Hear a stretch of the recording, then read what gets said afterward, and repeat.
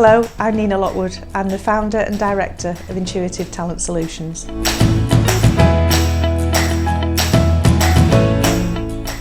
No, not at all. Not at all. When I set the business up, it was very much a lifestyle business for me. So I had worked for another recruitment company. I wanted to do it my way. I wanted to prove that there was a different and, dare I say it, better way of doing it, where you are engaging with people, where you're building relationships with people, and that was going to take time to do. But it was going to be me in my little shed in the back garden. And then what became apparent quite quickly was that as people got to know me and decided to trust me and give me a chance, and the business was growing, so I needed to have some support with that. And by lovely coincidence, or is it just the universe working in mysterious ways, Gaynor, who I'd worked with in a previous business, contacted me to ask me for a work reference, and in the course of that conversation suggested that if I had anything that I needed doing, that she would be able to help me with it. So Gaynor joined the business on a temporary basis to start with, and that was really helpful. A couple of days a month. That then went to a full-time role, and whilst all that's happening, Caroline gives me a call. I've known Caroline through her work at Northern at the time and the East Coast. So she'd been in the railway industry since she left school at 16, and she told me she was leaving, and I said, I think that sounds like a good idea. I'd got some context of where she was with her career, and I said, so what are you going to do now? And she said, well, I thought I might come and work with you. Oh my goodness, right, okay. So having gone from just me, I've now got the opportunity, I've got Gaynor and then the opportunity to bring Caroline in, which I did. And then we realised that actually none of us have got the attention to detail we need in relation to doing contracts and invoicing and administrative stuff. But I knew somebody who did. So then Kelly joined the business. And for a long time it was just 4 of us. Because we're going from strength to strength, there are now 6 of us in our boutique search agency, and that is nowhere near where I thought when I set off. It was to have a business which I would enjoy what I do, which I absolutely do, so that bit happened, and it would pay my bills and it would allow me to go on a nice holiday and buy a nice handbag occasionally. That's what it was for, and it's actually grown into something which is far more enjoyable, far more fun and far more rewarding than I'd ever hoped for.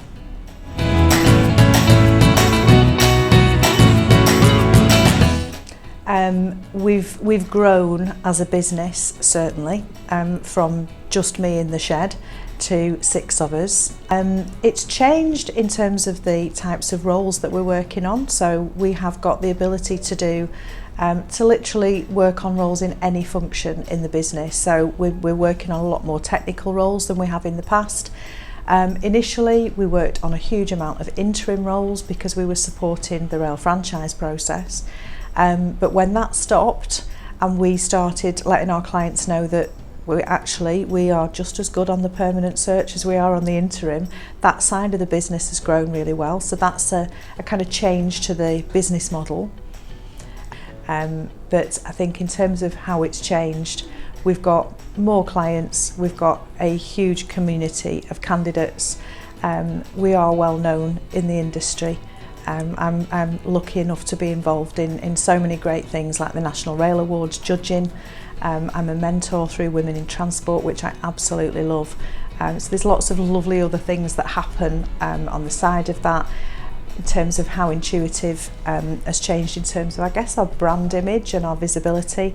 2 years ago, I started recording podcasts.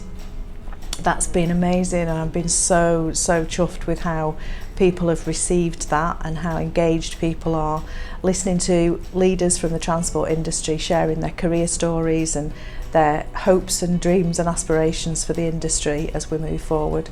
And webinars. So 2022 saw us do 3 live webinars which we offer completely free to our community, and we've had an increasing number of people register for those, focusing on educating ourselves and our community around equality, diversity and inclusion, and we've got some brilliant people contributing to that as speakers. Our audience have contributed to it beautifully, and we're all learning. We're all on a journey, and I feel like we're adding loads of value to that, to our community with the stuff that we do there too. Never would have thought of that right at the beginning. Blimey.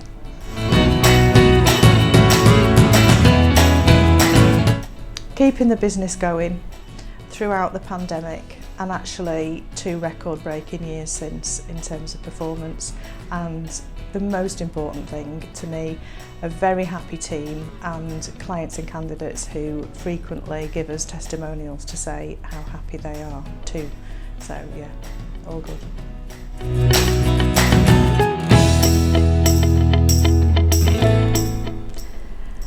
I've worked in a number of different industry sectors. So started off in retail banking, and then as a management consultant went into lots of different industries, facilities management, utilities, telecoms, done some retail, so that I've worked in lots of different industries.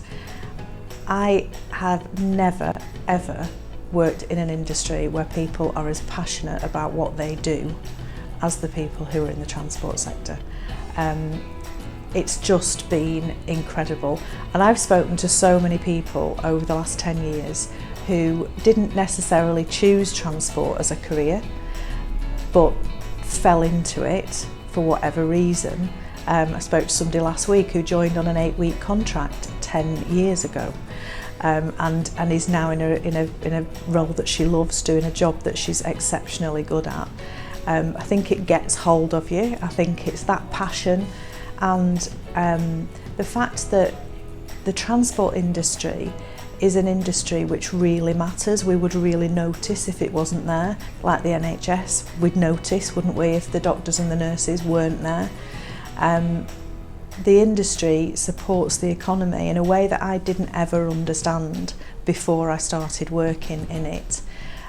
Getting people to and from work, getting people to and from business meetings, children to school, families to see each other at the weekend, leisure activities increasingly now.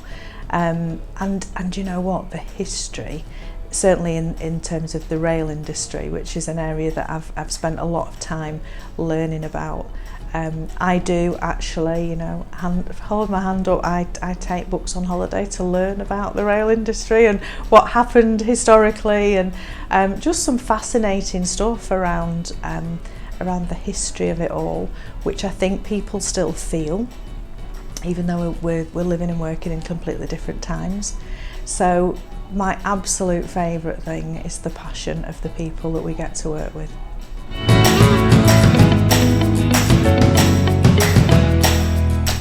I always love hearing the stories from our speakers, from our guests, because I'm fascinated by people. So I've been in the privileged position each time of having met and got to know the speakers before we actually do the webinar.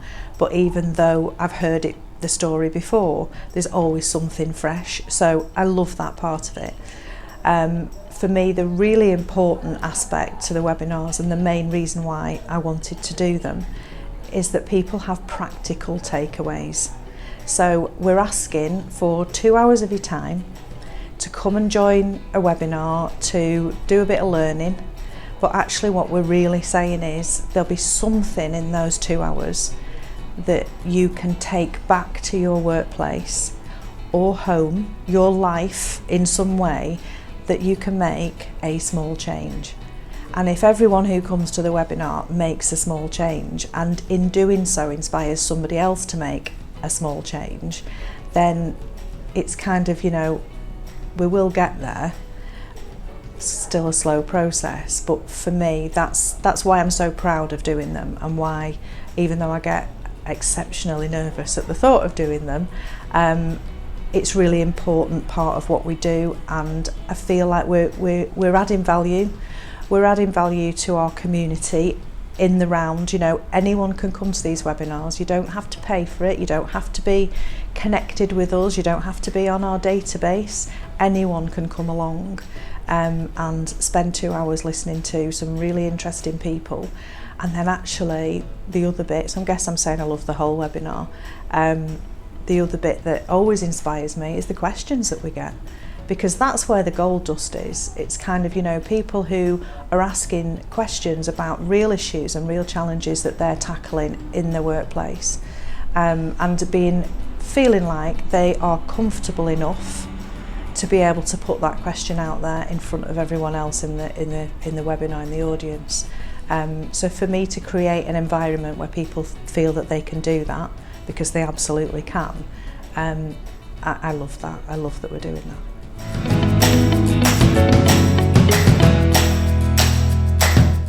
My work week is really varied, really varied. You know, there's the running the business stuff, which is the bit I probably like the least in terms of, you know, the information that the accountants need or whatever.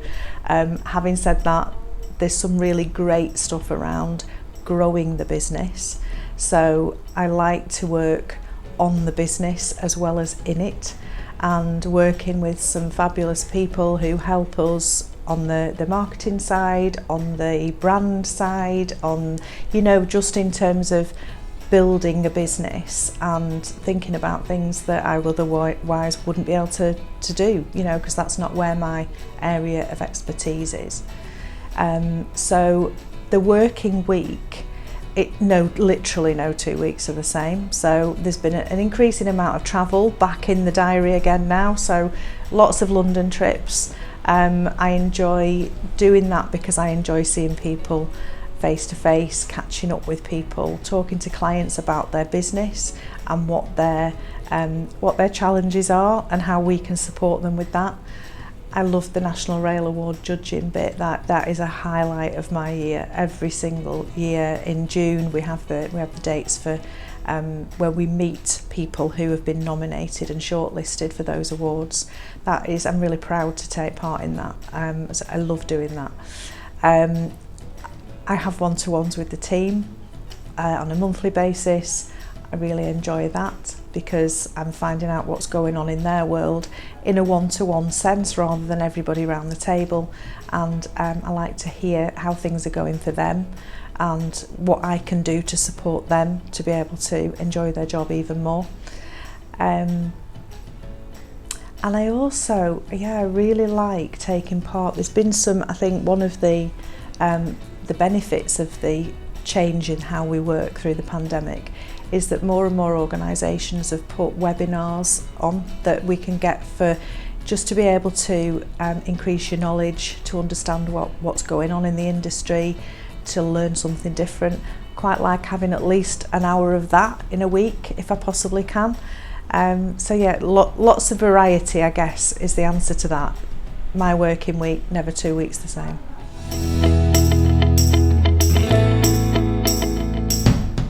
In 10 years' time, I would very much hope that Intuitive is thriving, is keeping a team of people in jobs that they love, working with clients and candidates that they really enjoy working with. I think that what we've achieved over the last 10 years in terms of our place, if you like, in the transport industry is so much more than I ever could have dreamt of. So I think that to continue with that, to continue adding value to the industry, to keep being part of the conversation in relation to skills and talent and attracting people into the industry. So being able to, as I say, be part of that conversation to help the industry as a whole, but also our individual clients with that employer value proposition. How do you make sure that as a business you can attract the talented people that we're going to need to rebuild the industry into something that customers can get really excited about? So I'm looking forward to being part of that journey. And there are so many things that we need to get better at as an industry, and one of the areas that we feel so passionately about, and I personally feel very passionate about, is around diversity and inclusion. We're not doing that. We're not even scratching the surface of that in the transport industry in many ways, certainly not in the senior level roles. So I'm on a mission. I'm on a mission to educate myself, and in the process support other people in underrepresented communities. So how can we do that better? How can we engage with people better, so that ultimately our clients and the candidates feel like they're benefiting.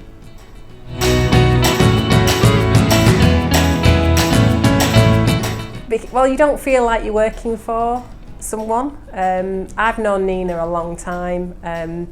It's, well, must be 15 years or something like that I've known Nina, and I've always kept in touch with her. She's a very easy person to work with and to talk to, and she's my friend as well, so she doesn't feel like my boss. She's a supportive person and a friend. But it really is such a great place to work. The six of us just got each other's backs. We're all pulling in the same direction. She's inspiring. She's so lovely to work for. She's so supporting. The flexibility is amazing. The entire team is amazing. I literally couldn't think of anywhere better to work. Honestly, it's been the best time. Just amazing. I love her. She just champions you. She wants you to be successful. She's just so honest, open. I don't think I've ever thought I could work with someone or for someone that I would like so much. She's like a mentor, and there's something that she says all the time, and it'll stay with me forever, is that when she talks about the team, she doesn't say that we work for her, it's that we work with her. And like, I've never heard that before. It's always you work for someone, but we're not, we all do it together, and the company's successful because we all do it together, and I think she's amazing for that. Oh, she's just the most supportive boss in the world, just the best boss lady in the world.